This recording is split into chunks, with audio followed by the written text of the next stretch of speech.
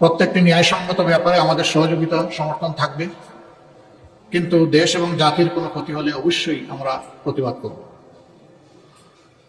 কোরআনের মূলনীতির ভিত্তিতেই আমাদের এই অবস্থান স্পষ্ট। আল্লাহ তাআলার হুকুম অনুযায়ী তাআওয়ানু আলাল বিররি ওয়াত তাকওয়া ওয়া লা তাআওয়ানু আলাল ইসমি ওয়াল উদওয়ান, তোমরা ন্যায়সঙ্গত কাজে সহযোগিতা করো, কিন্তু অন্যায় অপকর্মে তোমরা সঙ্গে হইও না, অর্থাৎ তোমরা এটা থেকে দূরে সরে থাকো, প্রতিবাদ জানাও।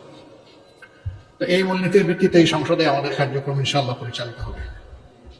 আমরা সরকারি দল না বিরোধী দল, এটা আমাদের কাছে বড় বিবেচ্য বিষয় নয়, বরঞ্চ একজন নির্বাচিত সংসদ সদস্য কতটুকু দায়িত্বশীলতার সাথে তারা জাতির সেবায় আত্মনিয়োগ করলেন, মানুষের অধিকার, হারিয়ে যাওয়া অধিকার ফিরিয়ে আনার জন্য লড়াই করলেন, এবং যে অধিকার আছে তাকে সংরক্ষণ করার জন্য তারা তাদের প্রচেষ্টা অব্যাহত রাখলেন। এর পাশাপাশি প্রাতিষ্ঠানিক সকল স্ট্রাকচারই প্রায় ধ্বংস হয়ে গিয়েছে। এগুলাকে ফিরিয়ে আনতে হলে অবশ্যই দায়িত্ব বেশি সরকারি দলের, তাদেরকেই মূল ভূমিকা রাখতে হবে। তারা যদি মূল ভূমিকা রাখেন তাহলে রাষ্ট্রের যে অঙ্গগুলো বিকল হয়ে পড়েছে সেগুলাকে সচল করা সম্ভব বলে আমরা মনে করি।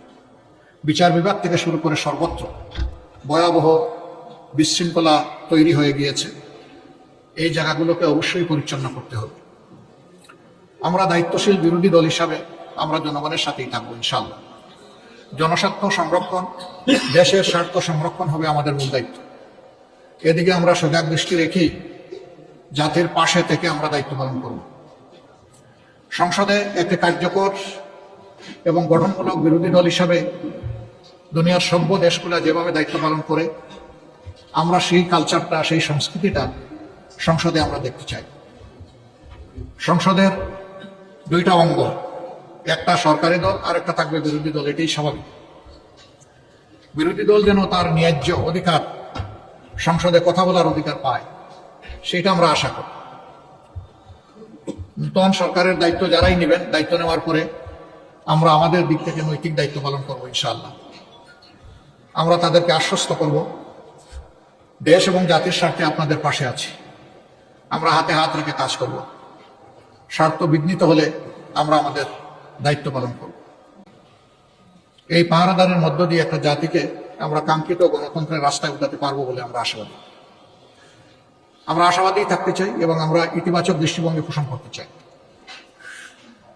দেশে আইন শৃঙ্খলা রক্ষা করা, সামাজিক সৌন্দর্য বিধান করা, মানুষের অধিকার সংরক্ষণ করা, জনজীবনের নিরাপত্তা নিশ্চিত করা, এবং জনগণ যে বিভিন্ন সিন্ডিকেটের কবলে পড়ে অতিষ্ঠ, সেইগুলা থেকে বের করে আমরা আনতে পারবো যদি সরকারি দল আন্তরিকতার সাথে উদ্যোগ গ্রহণ করেন, এবং আমরা সেই ক্ষেত্রে সহযোগিতা করবো, আমরা আশ্বাস দিচ্ছি।